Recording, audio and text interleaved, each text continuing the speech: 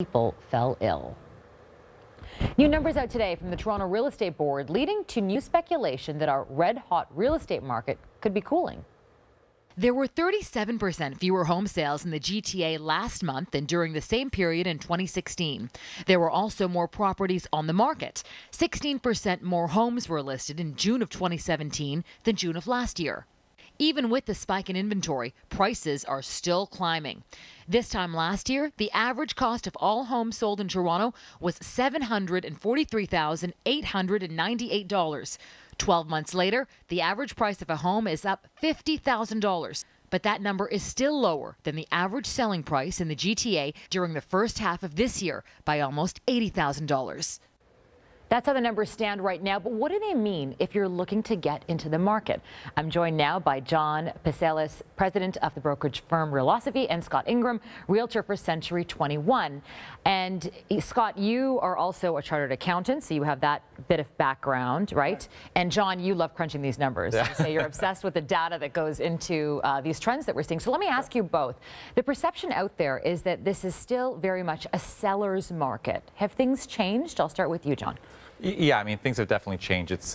We're in a buyer's market. I mean, buyers have the options. There's a ton of inventory on the market. Houses are not getting bidding wars.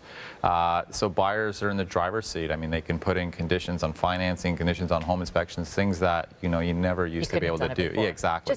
Just even months ago. Absolutely. So it's definitely, we're in a buyer's market. What do you say to that, Scott? You don't really agree? I don't totally agree. I would say at the beginning of the year, we're in a hardcore seller's market. It's definitely backed off of that. I don't know if the pendulum has totally swung into buyer's territory.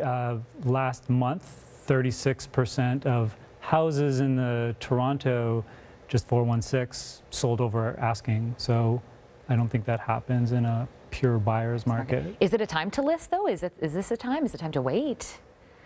Yeah, I mean, I think it depends on your situation. I mean, if you're trying to time the market, I mean, probably not. It's not, it's not the best time to be listing right now. I mean, if you need to sell, you need to sell, and you just need to price your house properly, for sure. Now, what about all these people who were looking to buy, and they were saying, this is so out of reach. Is it the time to buy now, Scott? I think it is. Inventory levels are back up to around seasonal norms, even a little bit higher.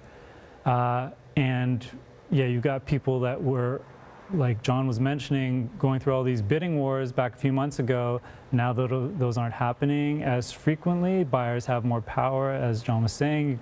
People are putting in conditional offers again now. That didn't exist before. I'm going to turn this over to you, John, because you said to me off camera that, still buyers need to use caution. Why is that? Yeah, I mean, so there's some truth to this idea that, when the market's cooling down, it's a good time to buy. Buyers have more options, but it's not that simple. You can't just go rush and buy, because there are segments of the market that are certainly more vulnerable than others. I mean, certain areas in York Region, for example, where there's 8 to 10 months of homes available for sale, and usually when we see that, it means prices are going to fall. And usually these areas were the ones that saw the steepest increase in prices, so probably closer to 50 or 55% in 1 year.